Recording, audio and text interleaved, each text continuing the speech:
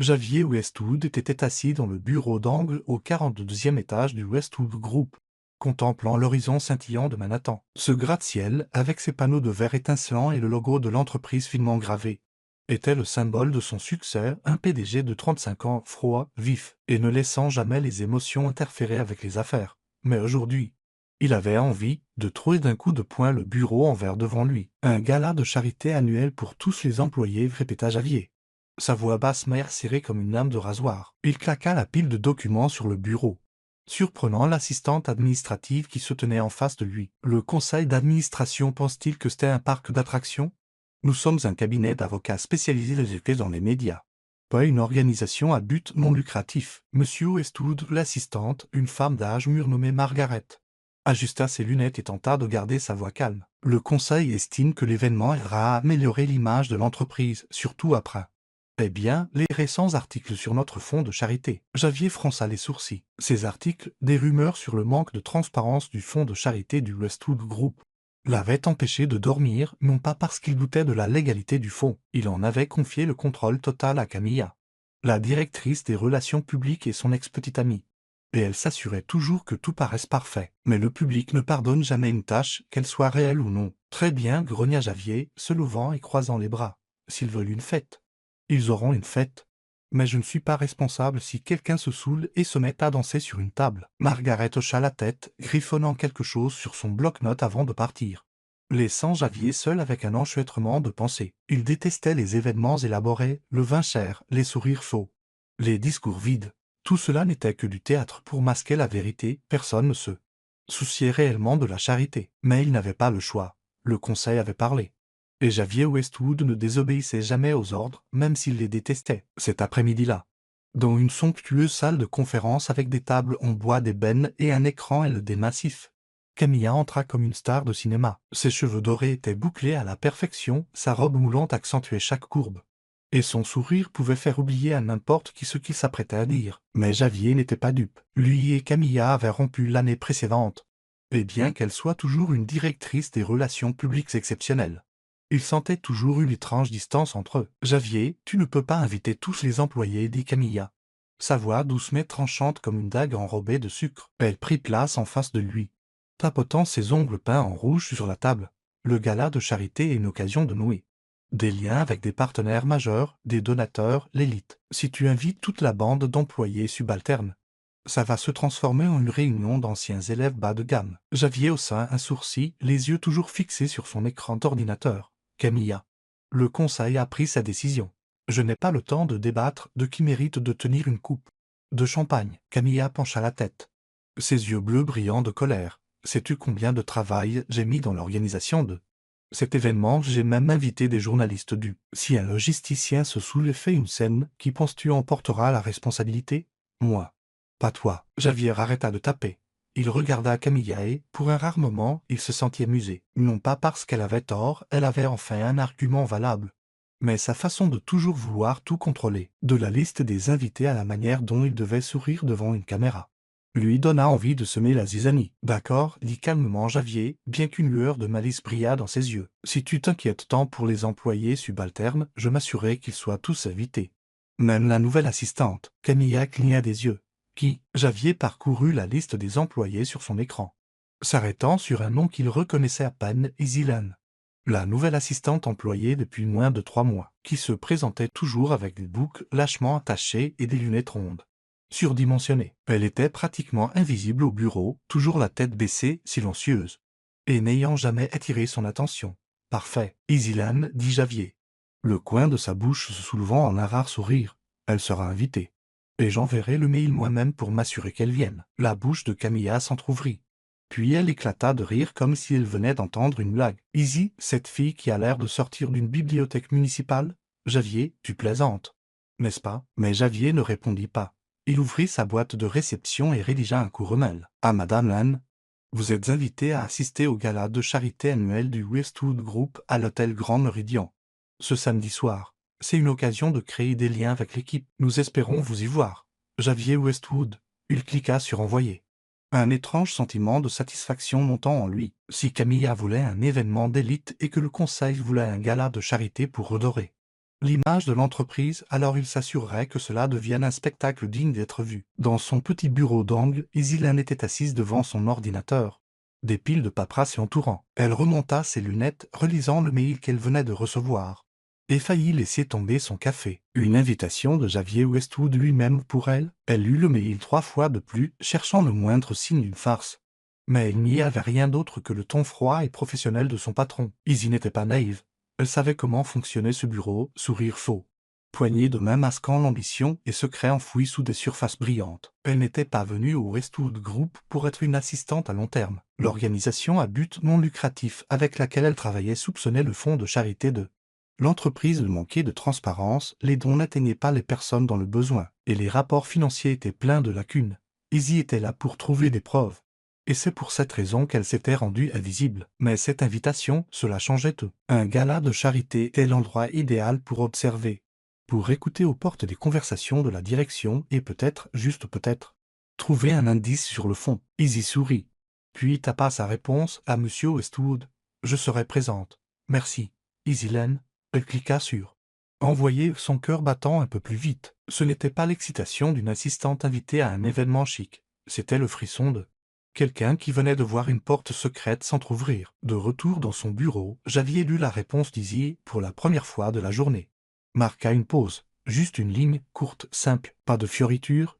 Mais quelque chose dans cette réponse le fit froncer les sourcils. Il ne savait pas pourquoi il était intrigué. Peut-être était-ce son ton calme ou le fait qu'elle ne montrait aucune excitation comme la plupart des employés l'auraient fait. Il ferma son ordinateur portable, se leva et regarda par la fenêtre. Le gala de charité, pensa-t-il, pourrait s'avérer plus intéressant que prévu. Dans la salle de conférence, Camilla parcourait la liste finale des invités sur son téléphone. Elle sourit, satisfaite de la liste de noms puissants. Des gens qui consolideraient sa position dans l'entreprise et au lieu de Xavier. Mais quand elle apprit que Xavier avait invité Isilène, son sourire se figea. Elle marmonna Camilla en tapotant ses ongles sur la table. Une assistante? À quel jeu joue-t-il? Elle ne se doutait pas qu'au sein de sa propre entreprise, un jeu bien plus grand avait déjà commencé et qu'Isilène n'était pas le pion qu'elle croyait. Vous regardez Histoire d'âme où chaque histoire murmure l'amour, la guérison et l'espoir. Dites-nous de quelle ville vous nous regardez. N'oubliez pas de vous abonner et de faire partie de notre voyage. Maintenant, restez avec nous, l'histoire ne fait que commencer. L'hôtel Grand Méridien, le joyau de Manhattan, scintillait comme un palais de cristal sous d'imposants lustres. La grande salle de bal était ornée de rubans de soie blanche, d'orchidées pourprées, de flûtes de champagne étincelantes équilibrées sur des plateaux d'argent. Les douces notes d'un violon flottaient dans l'air, se mêlant au brouhaha de l'élite, avocats de renom, donateurs puissants et journalistes affamés. C'était le gala de charité annuel du Westwood Group. Mais personne n'était là uniquement pour la charité. Les gens venaient pour se pavaner, pour réseauter et pour s'assurer que leur nom figure dans les gros titres du lendemain. Xavier se tenait dans un coin de la pièce, un verre de whisky à la main, ses yeux balayant la foule comme un faucon. Il méprisait les événements de ce genre, les sourires faux, les poignées de main calculées. Mais il connaissait son rôle, sainte montrer, faire un discours et s'assurer que le Westwood Group reste le nom le plus brillant du droit des médias. Ce soir, il portait un costume noir parfaitement taillé, les cheveux soigneusement coiffés en arrière, mais son expression était glaciale. « Xavier, on dirait que tu es à un enterrement. » Camilla glissa à ses côtés, sa voix douce mais ses yeux vifs. Elle portait une robe argentée scintillante qui épousait chaque courbe et faisait tourner les têtes partout où elle passait. Souris un peu, les journalistes sont juste là. Xavier but une gorgée de son whisky sans répondre. Il se fichait de tout ça. Son invitation plaisanterie à Isilène dérangeait toujours Camilla et franchement, tout le bureau bourdonnait depuis des jours à propos de son invitation d'une assistante inconnue à une affaire aussi glamour. Certains pensaient qu'il essayait de rendre Camilla jalouse, d'autres supposaient qu'il s'ennuyait simplement et semait le chaos. Xavier s'en moquait.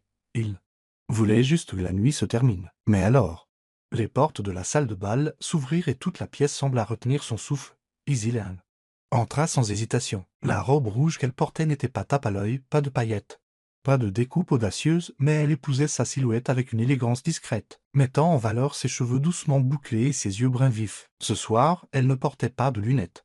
Et ce simple changement rendait son visage presque méconnaissable, comme si elle était sortie d'un tableau. Pendant un instant, la pièce fut silencieuse, puis des chuchotements se propagèrent comme des vagues. « C'est l'assistante? Isilène, pas possible. Qu'est-ce qu'elle fait ici ?» Xavier se figea. Son verre de whisky resta suspendu en l'air pendant 3 secondes entières. Il oublia comment respirer. Ce n'était pas Lizzie Lane qu'il avait vue auparavant, la fille qui regardait toujours par terre, triant silencieusement des papiers et préparant du café au bureau. Cette femme, elle était radieuse, non pas à cause de la robe, mais à cause de la confiance qui émanait de chacun de ses pas. Son regard balaya la pièce, calme, clair et précis, comme si elle savait exactement ce qu'elle faisait. À côté de Javier, Camilla serra plus fort sa coupe de champagne. Pour qui se prend elle? Marmonna-t-elle, du venin dans la voix. Puis, incapable de résister, elle s'avança, un faux sourire plaqué sur son visage. Easy. N'est-ce pas que je ne m'attendais pas à ce que tu viennes vraiment? Cette robe a dû te coûter un mois de salaire. Toute la pièce sembla retenir son souffle à nouveau, attendant de voir comment l'assistante invisible allait réagir. Mais Izzy inclina simplement la tête et sourit doucement, comme si elle parlait à un enfant. Merci de votre sollicitude, Madame Camilla. Mais j'ai emprunté la robe à une amie. Et pour ce qui est de ma présence, je me suis dit que l'invitation de Monsieur Westwood était une raison suffisante, vous ne croyez pas? Son ton était doux, mais chaque mot atterrit comme une lame. Quelques invités ricanèrent sous cape. Le visage de Camilla se raidit, son sourire se tordant maladroitement. Elle ouvrit la bouche pour répliquer, mais Izzy s'était déjà détourné, marchant gracieusement vers le bar, laissant Camilla plantée là, la main tremblant légèrement autour de sa coupe de champagne. De retour dans son coin, Javier sentit quelque chose d'étrange s'agiter en lui. Ce n'était pas seulement l'apparence d'Izzy, il ne pouvait nier à quel point elle était stupéfiante. C'était la façon dont elle avait géré Camilla, pas bruyamment, pas avec vantardise.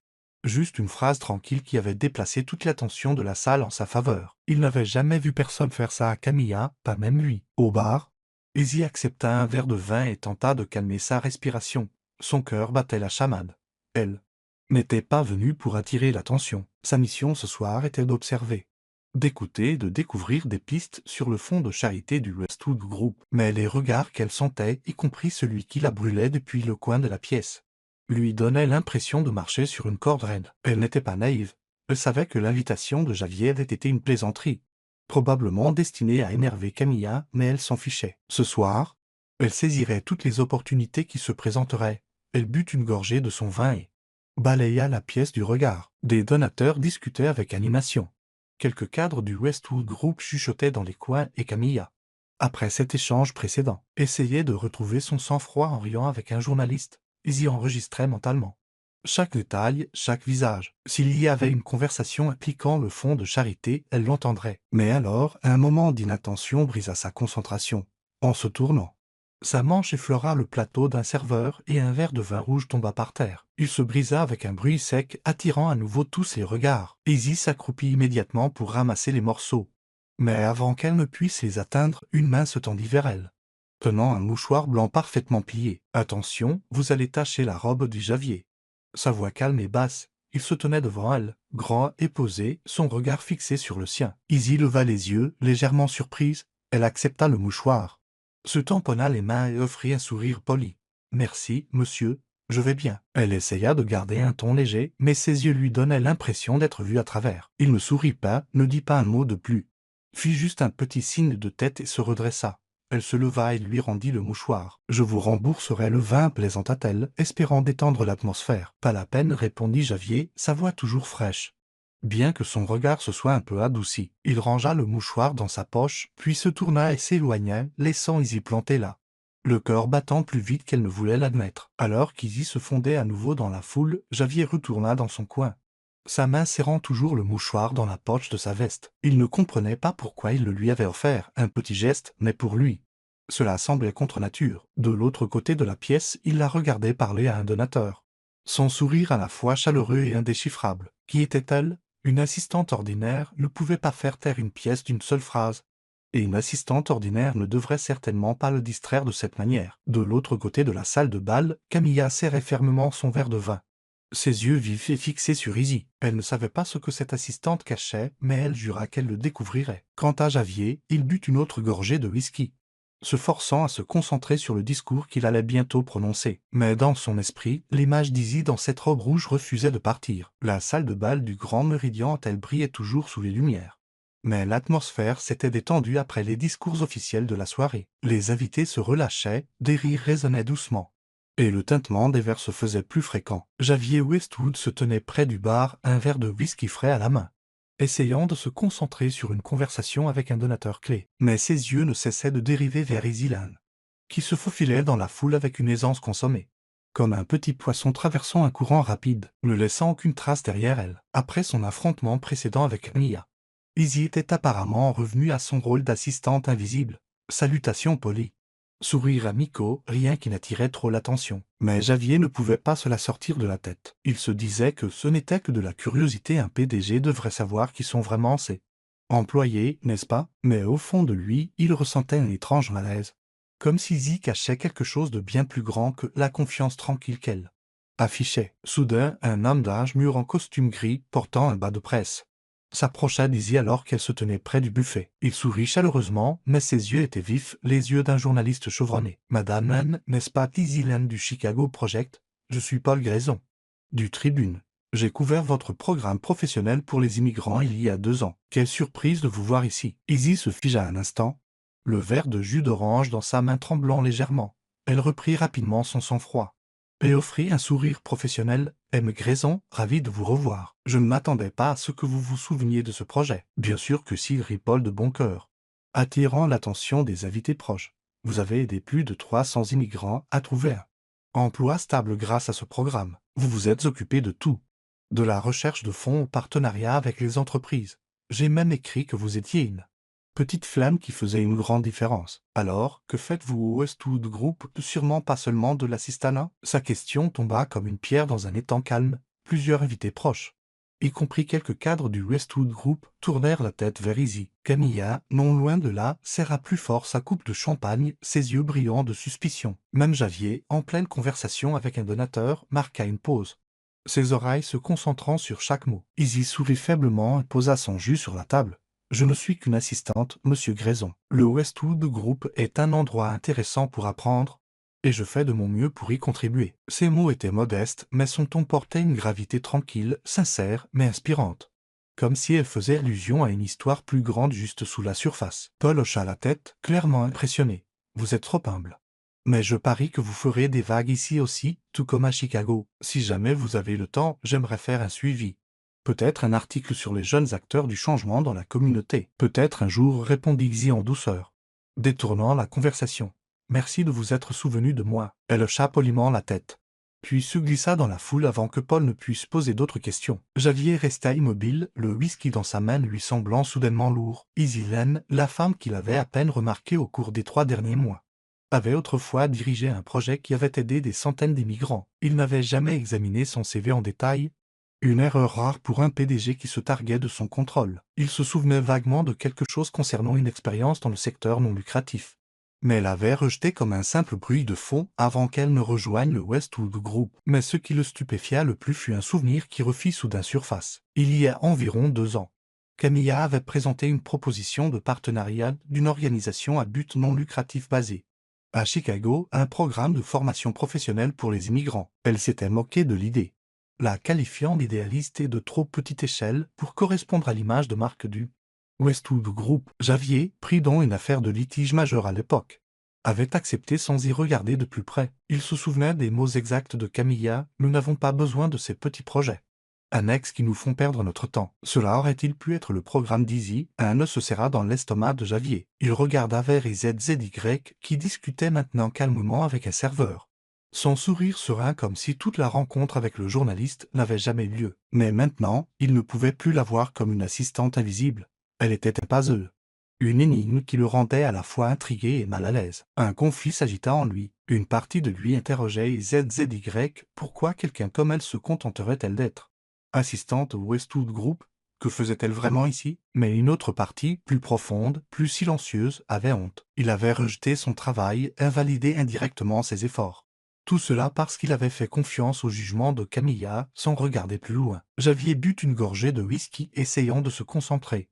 Mais ses pensées étaient déjà consumées par Izzy. Izzy, pendant ce temps, luttait pour garder sa respiration stable. La conversation avec Paul Grayson avait été un désastre mineur. La dernière chose qu'elle voulait, c'était que quelqu'un fouille dans son passé, surtout alors qu'elle était ici en mission secrète, rassembler des preuves que le fonds de charité du Westwood Group était tout sauf transparent. Elle avait fait de grands efforts pour rester invisible au bureau, mais ce soir, Elle avait attiré beaucoup trop l'attention. Elle jeta un coup d'œil de l'autre côté de la salle de bal et vit Javier l'observer de loin.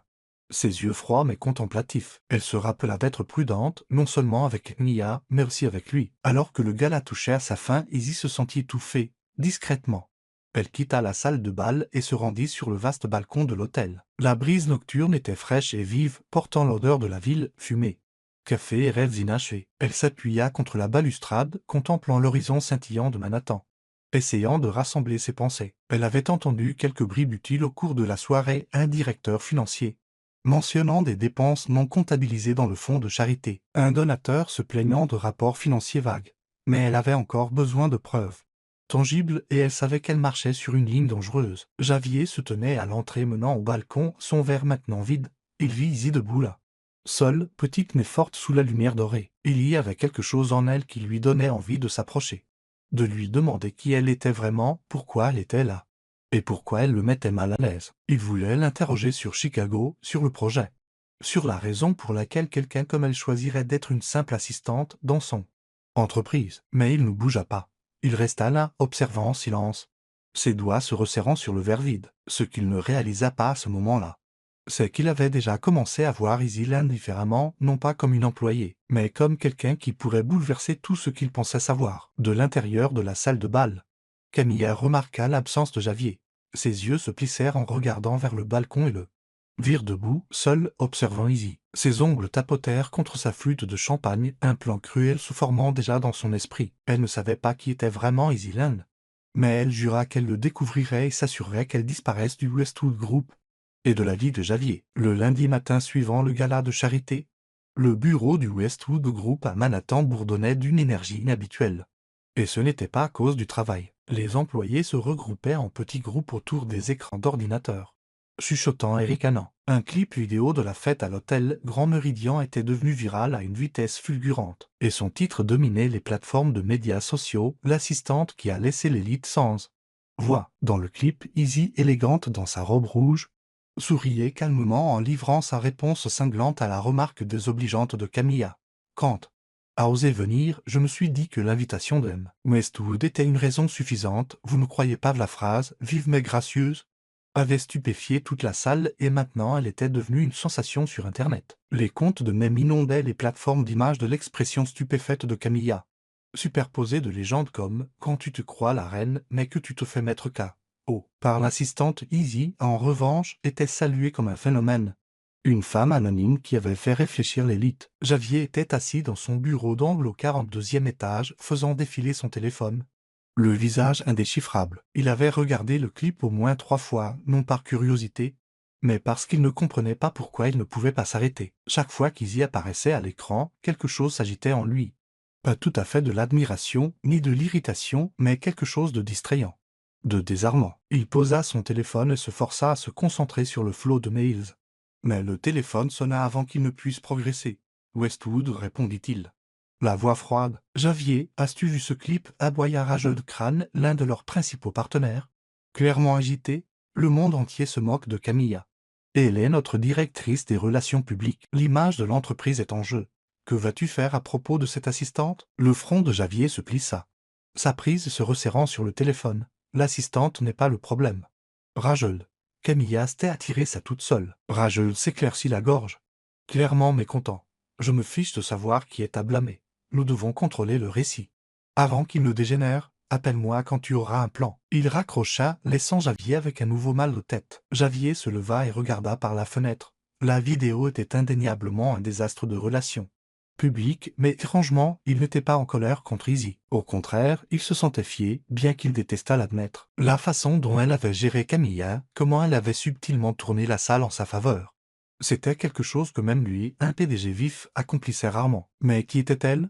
Aucune assistante ordinaire ne pouvait porter ce niveau de confiance. Et après ce que le journaliste avait révélé sur Chicago, Javier était plus convaincu que jamais qu'Izzy cachait quelque chose. Dans son petit bureau, Izzy était assise à son bureau, essayant de se concentrer sur l'organisation de l'emploi du temps des réunions de Javier. Mais les chuchotements de ses collègues juste à l'extérieur rendaient l'ignorance impossible. Elle avait déjà vu le clip, un collègue bienveillant le lui avait envoyé avec un emoji qui rit. Izzy ne savait pas si elle devait en rire ou s'inquiéter. Elle avait assisté au gala pour Recueillir des informations sur le fonds de charité, pas pour devenir une sensation virale. Maintenant, tous les yeux du bureau étaient sur elle. Et cela rendait sa mission beaucoup plus dangereuse. Elle ouvrit son mail, vérifiant s'il y avait des mises à jour de l'organisation à but non lucratif pour laquelle elle travaillait sous couverture. Rien de nouveau, mais savait qu'il attendait des progrès. Elle avait entendu quelques indices au à un directeur financier mentionnant des dépenses peu claires, un donateur se plaignant de rapports troubles, mais rien d'assez définitif pour exposer un détournement de fonds. Elle avait besoin de plus de temps, et plus important encore, elle devait rester invisible. La vidéo virale avait fait voler ce plan en éclats. Avec un soupir, elle se leva et décida d'apporter des gaufres au bureau. Un petit geste anodin. Elle avait 3 boîtes de gaufres faites maison dans son sac. Elle en distribua 2 à ses collègues. Puis hésita brièvement avant de frapper à la porte de Javier, ne sachant pas si c'était une bonne idée ou si elle creusait sa propre tombe. Javier leva les yeux en l'entendant frapper, surpris de voir Izzy entrer. Elle portait un simple chemisier blanc et une jupe crayon, ses boucles lâchement attachées en arrière. Les familières lunettes rondes de retour sur son visage. La femme radieuse dans la robe rouge avait disparu, mais ses yeux vifs étaient les mêmes. Comme si elle savait toujours exactement ce qu'elle faisait. Monsieur Westwood dit doucement Izzy, mais sans timidité. Elle posa une petite boîte en papier sur son bureau. J'ai apporté des gaufres. Si vous n'êtes pas trop difficile, essayez-les. Javier cligna des yeux, ne sachant pas s'il avait bien entendu. Des gaufres, répéta-t-il. C'est plique. Izzy sourit, une étincelle de malice dans les yeux, qui lui donna envie de sourire aussi. C'est ça. Rien ne sauve une mauvaise journée comme des gaufres. Considérez cela comme un remerciement pour l'invitation au gala. Il regarda la boîte, puis elle. Pendant un instant, il oublia qu'il était le PDG froid et posé du Westwood Group. Il ouvrit la boîte, prit une bouchée. Et la douceur croustillante le surprit. Il n'avait même pas réalisé à quel point elle avait faim. Il termina le morceau en silence et, sans réfléchir, marmonna « C'est vraiment bon ». Le sourire d'Izzy s'élargit, ses yeux s'illuminant. « Je vous l'avais dit. Les gaufres ne déçoivent jamais ». Elle se tourna pour partir, mais Javier l'appela. « Madame Lane, dit-il, sa voix plus basse que d'habitude. Est-ce que ça va après cette vidéo ?» Izzy s'arrêta, clairement surprise par la question. Elle le regarda, comme si elle pesait le pour et le contre. « D'être honnête, je vais bien, monsieur Westwood, je ne m'attendais simplement pas à devenir virale comme ça. » Elle haussa les épaules. Son sourire un mélange d'autodérision et de sincérité. Javier hocha la tête, mais son regard s'attarda. Il la regarda plus longtemps que d'habitude, remarquant de petites choses qu'il n'avait jamais vues auparavant, la façon dont elle penchait là, tout en parlant, comment elle tapotait son doigt contre sa manche en réfléchissant, quand elle quitta la pièce.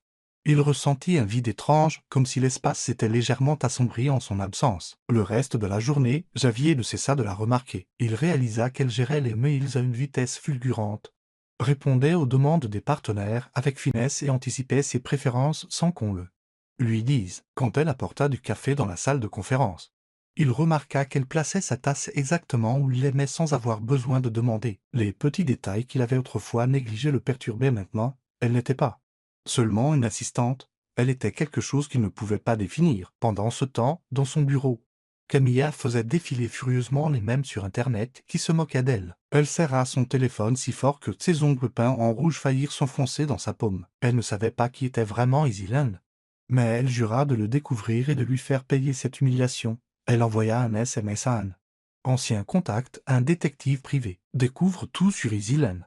J'ai besoin de savoir ce qu'elle cache. Plus tard dans la soirée, Izzy était assise seule dans son petit bureau, vérifiant son téléphone. Un nouveau message de l'organisation à but non lucratif illumina l'écran. Nous avons besoin de preuves dès que possible. Ne laisse pas les émotions prendre le dessus. Ce fonds de charité perd des millions. Elle serra plus fort son téléphone. Ses yeux étaient en conflit. Elle se souvint du regard de Javier quand il avait mangé la gaufre, de sa voix chaude quand il lui avait demandé si elle allait bien. Elle savait qu'elle n'avait pas le droit de s'attendrir, mais son cœur, comme toujours, refusait d'écouter. Elle rangea le téléphone, se leva et quitta le bureau, emportant avec elle une question à laquelle elle n'osait pas répondre. Pourrait-elle terminer la mission tout en protégeant ce qui grandissait tranquillement dans son cœur? Le mercredi au Westwood Group était tendu. Le bureau de Manhattan bourdonnait d'une atmosphère lourde. Non seulement parce que le clip viral intitulé L'assistante qui a laissé l'élite sans voix circulait toujours, mais aussi à cause d'un flot d'appels de partenaires majeurs. Il n'était pas content. L'image de l'entreprise, quelque chose que Camilla avait mis tant d'efforts à construire, était mise à mal, tout cela à cause d'une assistante inconnue nommée Izzy Lane. Et Camilla, avec sa fierté et son ambition, était déterminée à faire d'Izzy le bouc émissaire. Dans la salle de conférence principale, dont les murs de verre surplombaient l'horizon de Manhattan, Camilla se tenait devant le conseil d'administration et plusieurs partenaires en visioconférence. Elle portait un tailleur pantalon blanc impeccable. Ses cheveux blonds tirés en une queue de cheval haute, sa voix douce mais d'acier. « Nous ne pouvons pas laisser une assistante nuire à la réputation du Westwood Group », déclara-t-elle, ses yeux balayant la salle. Cette vidéo a été un désastre de relations publiques et Izzy Lane en est la raison. Je recommande que nous la licencions immédiatement pour envoyer un message clair que nous prenons notre image au sérieux. Rajel Crane, le partenaire qui avait précédemment confronté Javier, hocha la tête depuis son écran.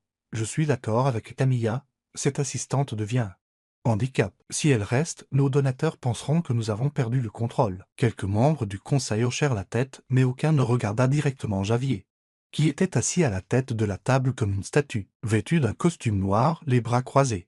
Son regard glacial balayait la pièce. Il en avait assez entendu. Camilla présentait Izzy comme une menace, mais ce qui l'irritait le plus, c'est que personne ne prenait sa défense. Izzy, l'assistante qui gérait les mails avec une efficacité stupéfiante et avait fait taire une salle de bal d'une seule phrase, une assistante inconnue, non, elle était plus que ça. Javier, Camilla se tourna vers lui, son sourire parfait.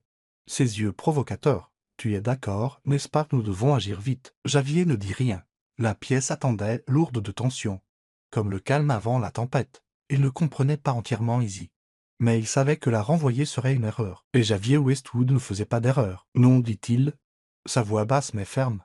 La pièce se figea. Izzy Lane reste. Elle n'a rien fait de mal. Si vous cherchez un coupable, considérez peut-être qui a réellement provoqué cette scène dans le clip. Ses yeux se posèrent sur Camilla, froid comme l'acier. La mâchoire de Camilla tomba, mais elle se reprit rapidement. Javier, tu ne peux pas être sérieux. Ce n'est qu'une assistante. Nous ne pouvons pas les céder. Sentiments personnels. Des sentiments personnels? La coupa-t-il sèchement. C'est une décision d'affaires. Izzy est une employée compétente.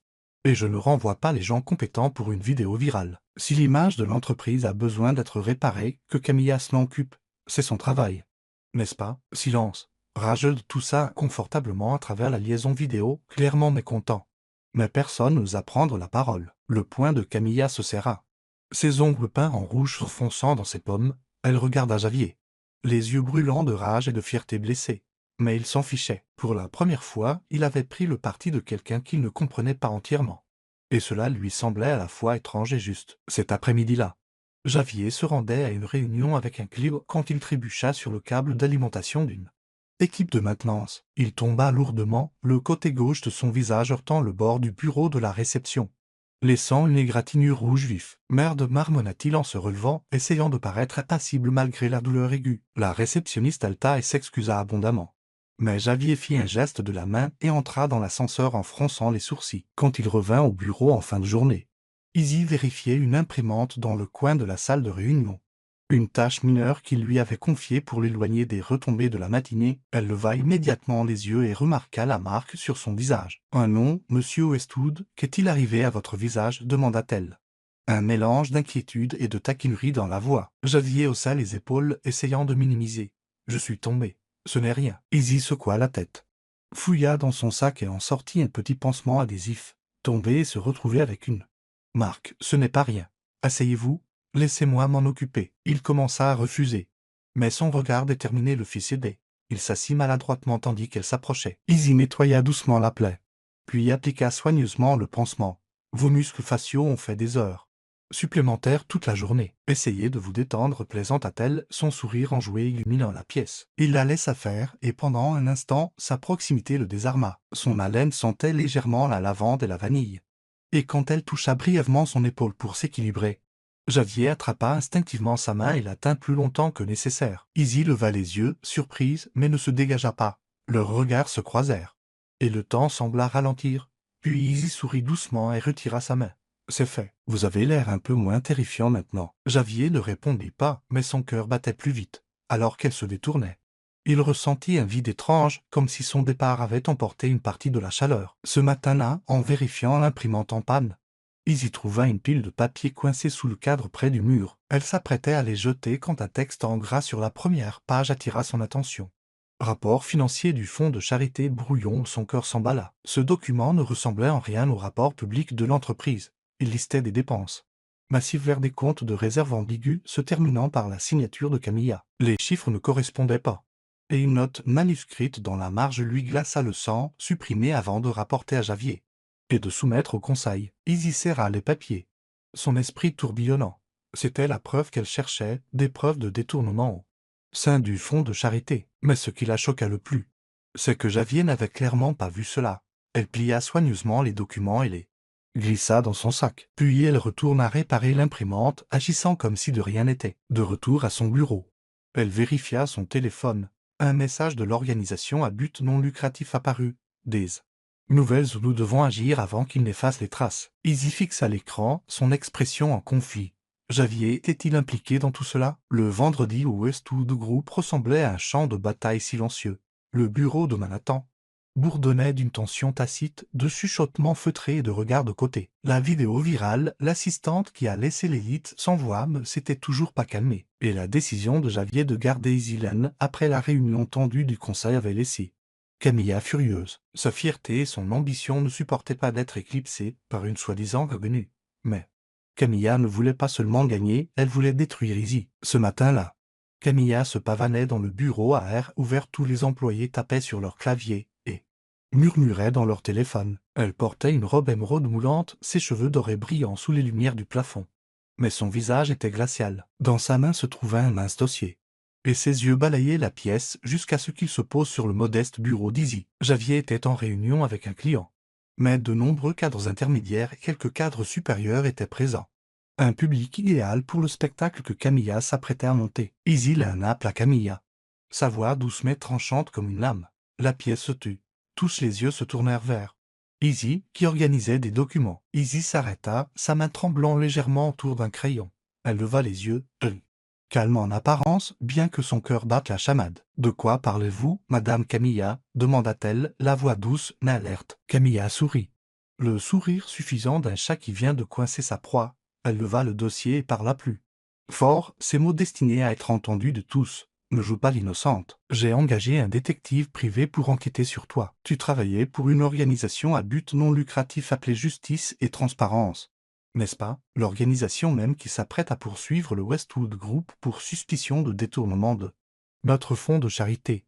Tu n'es pas venu ici pour assister, tu es venu pour espionner. » Des halètements et des murmures parcoururent le bureau. Quelques employés restèrent bouche bée d'incrédulité, d'autres échangèrent des regards écarquillés. Margaret, l'assistante administrative principale, se pencha vers un collègue et chuchota. Je savais qu'elle n'était pas une assistante ordinaire. Izzy resta immobile, son regard balayant la pièce alors qu'elle luttait pour rester calme. Elle s'était préparée à la possibilité d'être démasquée, mais pas si publiquement et pas si tôt. Camilla s'approcha, la voix triomphante. Tu as exploité la confiance de cette entreprise.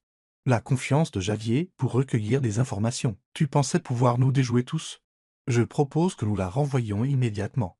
Et peut-être même appeler la police pour violation de la vie privée. Soudain, la porte de la salle de conférence s'ouvrit brusquement. Javier entra. Vêtu d'un costume noir impeccable, le visage sombre de frustration, il avait terminé sa réunion plus tôt après avoir entendu l'agitation à l'extérieur. Que se passe-t-il ici? Demanda-t-il, sa voix basse mais autoritaire. Camilla se tourna vers lui, son ton s'adoucissant mais ses yeux toujours vifs. Javier, c'est une espionne. Isilène travaille pour une organisation qui essaie de nous poursuivre en justice. Elle nous a tous menti, y compris à toi. Javier regarda Izzy pendant un instant. Le monde se rétrécit à deux. Il se sentit comme poignardé. Izzy, la femme en qui il avait commencé à avoir confiance, peut-être même plus que ça, était une menteuse. Il se sentit trahi, non seulement parce qu'elle avait travaillé pour la partie adverse, mais parce qu'il avait cru en elle. Izzy, dit-il, sa voix tendue et basse. Est-ce vrai? Izzy prit une profonde inspiration et se leva. Elle savait qu'il n'y avait plus de cachette possible. Oui, répondit-elle clairement, mais sans arrogance. J'ai travaillé pour Justice et Transparence avant de venir ici. Ils m'ont envoyé pour enquêter sur le fonds de charité du Westwood Group parce que nous soupçonnions des malversations de votre part et de celles de votre entreprise. La pièce retint son souffle. Le sourire de Camilla s'élargit de triomphe. Le poing de Javier se serra, son expression s'assombrit, mais Izzy continua, sa voix s'adoucissant. Mais j'ai arrêté de leur envoyer des mises à jour la semaine dernière parce que j'ai réalisé que vous, monsieur Westwood, n'aviez aucune part dans les méfaits. Je ne voulais pas blesser quelqu'un qui ne le méritait pas. Javier cligna des yeux comme s'il sortait d'une transe. Tu as arrêté de leur envoyer des mises à Jour, répéta-t-il, l'incrédulité dans la voix. Izzy hocha la tête, ses yeux fixés sur les siens. Douloureusement sincère, j'ai trouvé quelque chose qui valait la peine d'être protégé plus qu'un procès. Elle fit une pause comme si elle se demandait si elle devait en dire plus. Mais offrit simplement un sourire triste. Et j'ai la preuve, non pas contre vous, mais contre la personne réellement responsable. Elle sortit un jeu de documents photocopiés de son sac et brouillons de rapports financiers qu'elle avait trouvés derrière l'imprimante du bureau plus tôt cette semaine. Elle les tendit à Javier. Son ton stable, ceci est un brouillon interne préparé par Camilla. Il montre des millions détournés du fonds de charité vers des comptes de réserve intraçables. Sa signature est en bas, avec une note manuscrite supprimée avant de soumettre à Javier au conseil. Camilla pâlit. Son sourire disparut. « Tu inventes tout ça » cria-t-elle en arrachant les papiers à Javier. « C'est faux. Je n'ai rien fait de mal. » Mais Javier parcourait déjà les documents. Son regard acéré comme une lame. Les chiffres ne correspondaient pas au rapport qu'il avait signé. Les annotations, les chiffres discordants, la signature, tout était accablant. Le buzz médiatique autour du fonds de charité, autrefois considéré comme des ragots, commençait à paraître horriblement réel, et tout ce fonds avait été sous le contrôle de Camilla. Sa voix tomba à un ton glacial. « As-tu quelque chose à dire pour ta défense ?» Camilla balbutia, la voix tremblante. « Javier, tu ne peux pas la croire. C'est une espionne. Elle essaie de me faire porter le chapeau pour se sauver. » Mais Javier ne répondit pas. Il se tourna vers Izzy. Son expression un mélange de fureur et de chagrin. « Vous pouvez partir, dit-il, froidement mais avec un léger tremblement dans la voix. Nous nous occuperons du reste plus tard. » Izzy hocha la tête en silence. Elle rassembla ses affaires, un carnet, un stylo et une tasse de café à moitié finie sortit du bureau. La pièce était d'un silence de mort. À l'exception du bruit de ses talons sur le parquet, elle ne regarda pas en arrière. Mais son cœur lui semblait plus lourd que jamais. Elle avait fait ce qu'il fallait, alors pourquoi cela faisait-il si mal? Javier resta figé, tenant toujours les documents. Il la regarda disparaître derrière les portes vitrées, sa petite silhouette engloutie par le couloir. Il voulait la rappeler, lui demander pourquoi elle ne lui avait pas dit la vérité plus tôt. Pourquoi elle lui avait fait ressentir cela. Mais il ne le pouvait pas. La colère d'avoir été trompée s'en mêlait à la douleur de réaliser qu'elle l'avait protégé même si cela la ruinait. Camilla l'observa attentivement. Se tut, elle le vit dans ses yeux, elle avait perdu, pas seulement contre Izzy, mais contre Javier lui-même. Mais elle jura. Ce n'était pas fini. La pluie du vendredi tombait sur Manhattan comme si elle essayait de laver les secrets de la ville. Les néons scintillaient sur les rues mouillées et l'imposant bâtiment du Westwood Group se dressait. Au milieu de la tempête, une forteresse implacable fissurée de l'intérieur. Au 42e étage, Javier Westwood était assis seul dans son bureau, la lumière pâle de son écran d'ordinateur projetait des ombres dures sur ses traits vifs et ses yeux au conflit. Son bureau était enseveli sous la paperasse, mais son esprit était ailleurs. Devant lui se trouvait une lettre manuscrite, son écriture penchait indubitablement celle d'Isilène et un épais dossier de documents. La preuve finale du scandale du fonds de charité qu'elle lui avait laissé avant de partir. La lettre était brève, mais chaque mot coupé comme une lame. « Monsieur Westwood, je ne suis pas venu dans votre entreprise juste pour être une assistante. Je suis venu pour enquêter, pour rassembler des preuves sur le détournement du fonds de charité du Westwood Group. J'ai cru un temps que vous faisiez partie de cette tromperie et j'étais prête à tout exposer. J'ai essayé de garder mes distances, je me suis rappelé de ne pas faire confiance, de ne rien ressentir, mais le cœur n'écoute pas la raison. J'ai eu tort de ne pas vous le dire dès le début et je suis désolé. Non seulement pour avoir caché la vérité, mais pour avoir commencé à vous voir avec des yeux différents. Tout ce que j'ai dans ce dossier, je n'ai rien gardé pour moi. Je vous le donne non pas comme une menace, mais parce que je crois que vous ferez ce qui est juste. Izzy. Javier l'a relu une troisième fois, les mains tremblant légèrement. Il était stupéfait, non seulement parce qu'Izzy était parti sans un véritable adieu, mais à cause de cette phrase, le cœur n'écoute pas la raison. Cela le laissait à la fois furieux et blessé. Comme si elle avait laissé tomber une énigme dans sa vie et avait disparu. Il lui avait fait confiance, même un peu, et elle l'avait trompé. Mais si elle avait vraiment eu l'intention de le détruire, pourquoi laisser toutes les preuves derrière elle et s'en aller? Il se leva brusquement et ouvrit le dossier. Le contenu était d'une rigueur effrayante. Des brouillons financiers falsifiés, des mails internes, des notes manuscrites, et même des reçus de virements bancaires vers des comptes intraçables. Chaque pièce portait les empreintes de Camilla, sa signature, son ton autoritaire, son arrogance. La mâchoire de Javier se serra. Il avait confié le fonds de charité à Camilla parce qu'il croyait qu'elle, avec son raffinement et son dynamisme, le gérait bien. Mais elle n'avait pas seulement détourné de l'argent, elle avait trahi sa confiance. Le jour même, Javier ordonna une enquête interne. Il convoqua l'équipe juridique et fit appel à un cabinet d'audit indépendant. Il exigea un examen complet de l'historique financier du fonds de charité sur les 3 dernières années. Les premières conclusions confirmèrent tout ce qu'ils y avaient révélé. Des millions avaient été détournés vers des comptes de réserve contrôlés uniquement par Camilla. Pas un dollar n'avait atteint les organisations listées dans le rapport public. C'était comme être poignardé à nouveau, non pas par Izzy, mais par Camilla. Quelqu'un qu'il avait autrefois considéré comme une alliée. Ce soir-là, Javier quitta le bureau sans parapluie, marchant droit sous la pluie battante. Des gouttes froides trempaient son costume noir. Mais il s'en fichait. Sous la lueur vacillante des lampadaires, des vagues d'émotions le submergèrent. Il était en colère contre Izzy pour l'avoir trompé, mais aussi endolori parce qu'elle avait remis tout ce qui aurait pu le ruiner et avait choisi de disparaître à la place. Le cœur n'écoute pas la raison. Que voulait-elle dire?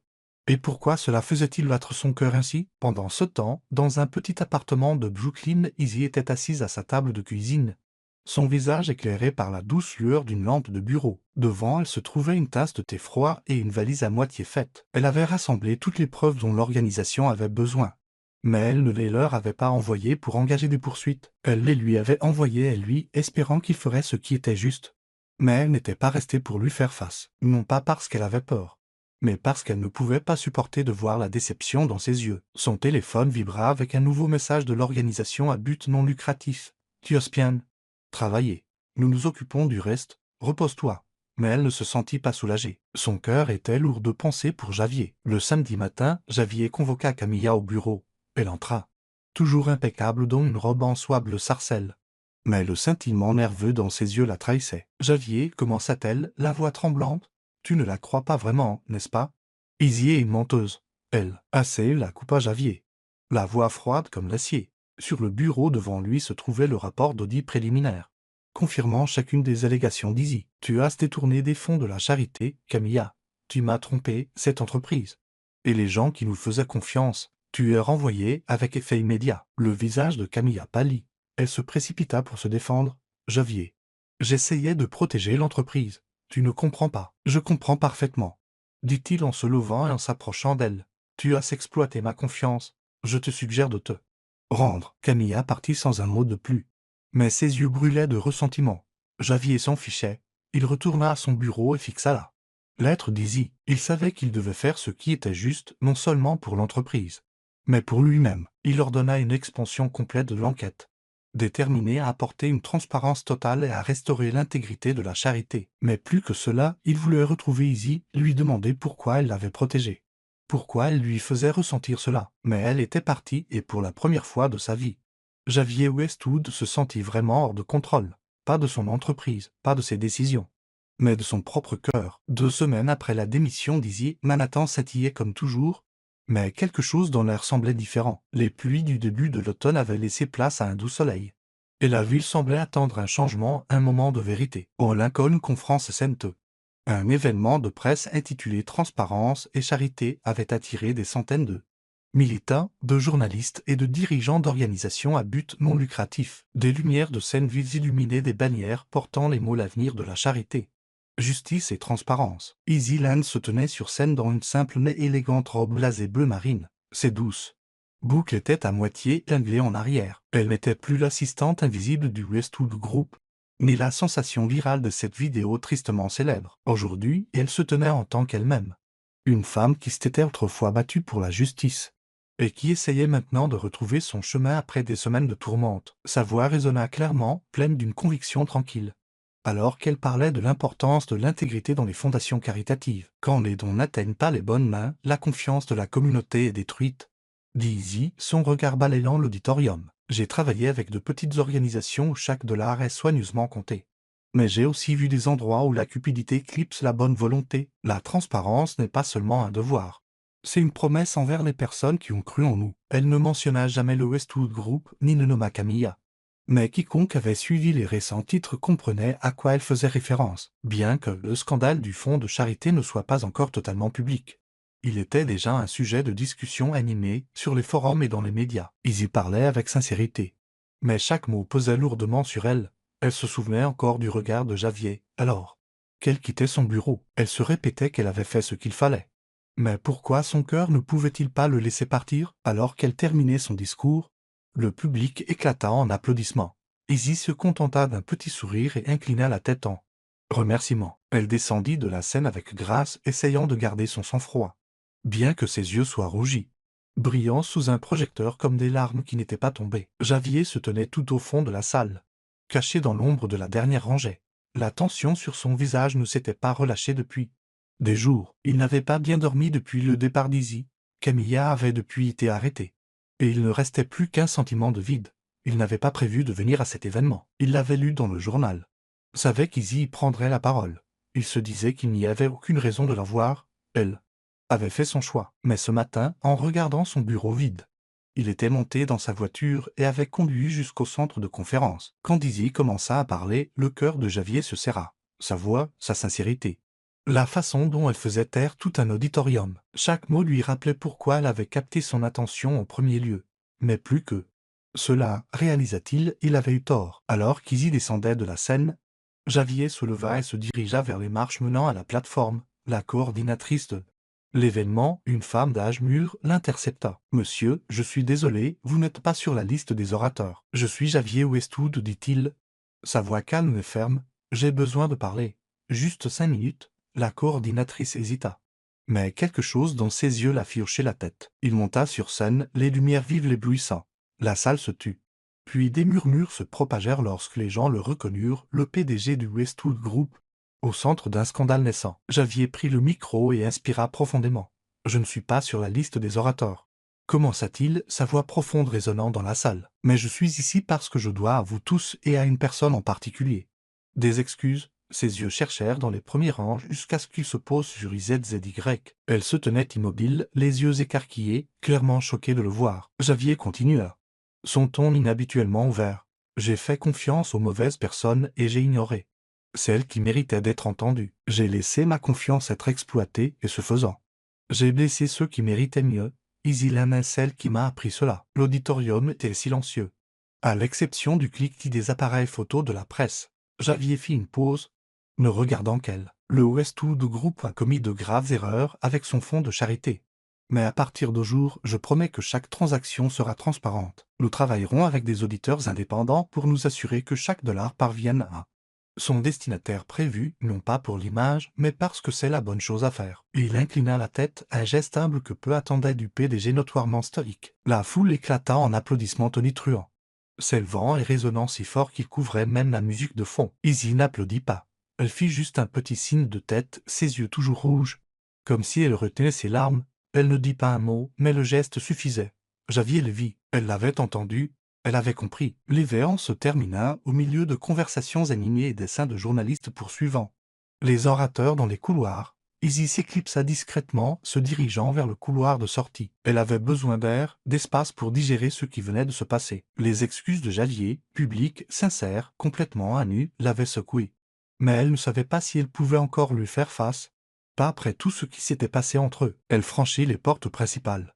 La lumière dorée du soleil de l'après-midi réchauffant son visage, mais elle se figea. Javier se tenait là, juste devant la sortie, les mains dans les poches de son costume. Ses yeux fixés sur elle comme si elle était la seule chose qui existait au monde. Il ne dit pas un mot. Il ne bougea pas. Il se tenait juste là, attendant. Izzy prit une profonde inspiration et passa devant lui. Elle ne parla pas, ne s'attarda pas, mais en passant, sa main effleura légèrement la sienne.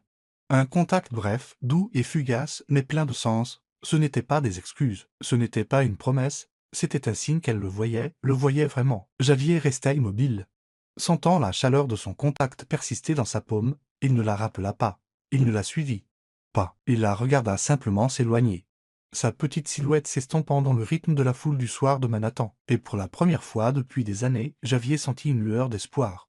Non pas pour l'entreprise, mais pour son propre cœur. 3 mois s'étaient écoulés depuis la conférence de presse et Manhattan s'était glissé dans l'étreinte de l'hiver, des vents vifs, les premières lumières de Noël. Et ce silence avant la neige. Sous la direction de Javier Westwood, le Westwood Group avait changé. Sa fondation caritative était désormais supervisée par un conseil indépendant. Chaque transaction étant rendue publique sur le site web de l'entreprise. Lentement, la réputation ternie du cabinet était restaurée. Mais ce qui captait l'attention de la ville n'était pas seulement la réforme financière. C'était une nouvelle initiative, le Centre d'aide juridique gratuit Westwood, lancé en partenariat avec l'organisation à but non lucratif Justice pour tous. C'est là même où Izzy Lam avait travaillé. Le centre se trouvait dans un modeste bâtiment à façade verte dans le Lower East Side. Une plaque de laiton à l'extérieur indiquant « Justice pour tous ». Javier avait personnellement supervisé le projet. De la sélection de l'emplacement au recrutement d'avocats bénévoles. Mais il savait qu'il ne serait pas complet sans une personne, celle qu'il avait fait tout remettre en question. Un après-midi de fin d'automne, Izzy reçut un mail de Javier. Pas de longues explications. Pas de grands discours. Juste une invitation à se rencontrer dans un petit café près du nouveau centre. Elle hésita, le doigt planant sur l'écran. Se souvenant du bref contact de sa main après l'événement de presse. Elle avait essayé de garder ses distances, se plongeant dans son travail associatif. Mais son cœur n'avait pas oublié ses yeux. Finalement, elle répondit « J'y serai ». Le café était chaleureux, rempli de l'odeur d'espresso et de pain grillé. Javier attendait, assis. Vêtu d'un pull gris et d'un pantalon, moins PDG, plus humain. Quand Izzy entra dans un doux manteau en tricot bleu, ses boucles lâchement attachées en arrière. Son rythme cardiaque s'accéléra. Elle s'assit en face de lui avec un sourire tranquille. « Je ne m'attendais pas à ce que vous soyez du genre café cosy, monsieur Westwood. Appelle-moi Javier. » dit-il en lui glissant un latte, et je ne t'ai pas demandé de venir ici pour parler de café. Izzy haussa un sourcil. Alors pourquoi suis-je ici? Javier prit une profonde inspiration. Ses yeux inébranlables. J'ai ouvert le centre d'aide juridique en partenariat avec ton organisation, mais nous avons besoin de quelqu'un pour le diriger. Pas une assistante, une partenaire. Je veux que tu assumes ce rôle, Izzy. Ses yeux s'écarquillèrent. Moi, après tout ce qui s'est passé, il se pencha en avant, sa voix basse. Mais certaine. Il ne s'agit pas de rédemption. C'est parce que je ne veux pas faire ce qui est. Juste si tu n'en fais pas partie. Le mot l'arrêta. Elle chercha sur son visage. Et vit une sincérité qu'elle n'avait jamais vue auparavant. Son instinct lui disait de dire non. Pour protéger son cœur. Mais alors elle sourit doucement. D'accord, Javier, mais je dois te prévenir, je suis impossible à vivre au travail. Son rire était rare, mais radieux. J'ai été prévenu.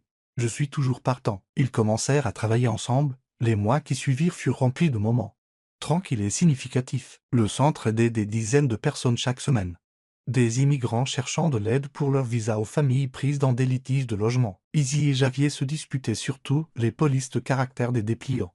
Les couleurs de peinture du bureau, mais chaque désaccord se terminait par un rire. Leur lien ne s'épanouit pas dans de grands gestes. Il s'est construit dans des contacts de main en échangeant des dossiers. Des regards volés pendant les réunions et le confort d'un silence partagé autour d'un café tiède. Après de longues journées, ils n'ont jamais utilisé le mot amour, n'ont jamais posté de selfie ou d'hashtag. Mais tout le monde au centre pouvait le sentir. Quand Izzy et Javier étaient dans la même pièce, la lumière semblait différente. Une nuit, après une longue journée de consultation, Izzy s'endormit à son bureau. Des papiers éparpillés autour d'elle. Elle était restée tard pour finaliser un rapport de donateur. L'épuisement l'avait finalement rattrapée. Javier revint de la vérification de dossier et là. Trouva ainsi, la tête reposant sur ses bras, le front légèrement plissé. Sans un mot, il enleva son blasé et le drapa sur ses épaules. Puis il s'assit à côté d'elle. Posant légèrement sa main sur la sienne, le bout de ses doigts effleurant sa peau. Elle ne se réveilla pas, mais dans son sommeil. Elle se pencha instinctivement légèrement vers lui. Javier la regarda et quelque chose de chaud, d'inhabituel inonda sa poitrine. Il ne bougea pas. Il resta simplement là, laissant le moment s'étirer, souhaitant qu'il puisse durer éternellement. 1 an plus tard, le centre d'aide juridique était un succès tranquille. Des dizaines de familles avaient été aidées. D'autres organisations à but non lucratif commencèrent à collaborer. Le Westwood Group, désormais fièrement transparent, avait regagné la confiance du public. Lors de la célébration du premier anniversaire, un journaliste du Tribune, Paul Grayson, le même qui avait autrefois repéré Izzy à ce gala, les approcha pour une courte interview. « Ce centre est remarquable, dit Paul. » Le micro pointé vers eux alors qu'ils se tenaient côte à côte sous la plaque de laiton. « Mais je dois demander quelque chose que le public meurt d'envie de savoir. Êtes-vous amoureux ?» La foule éclata de rire. Izzy, avec une lueur malicieuse dans l'œil, répondit « On se voit juste tous les matins.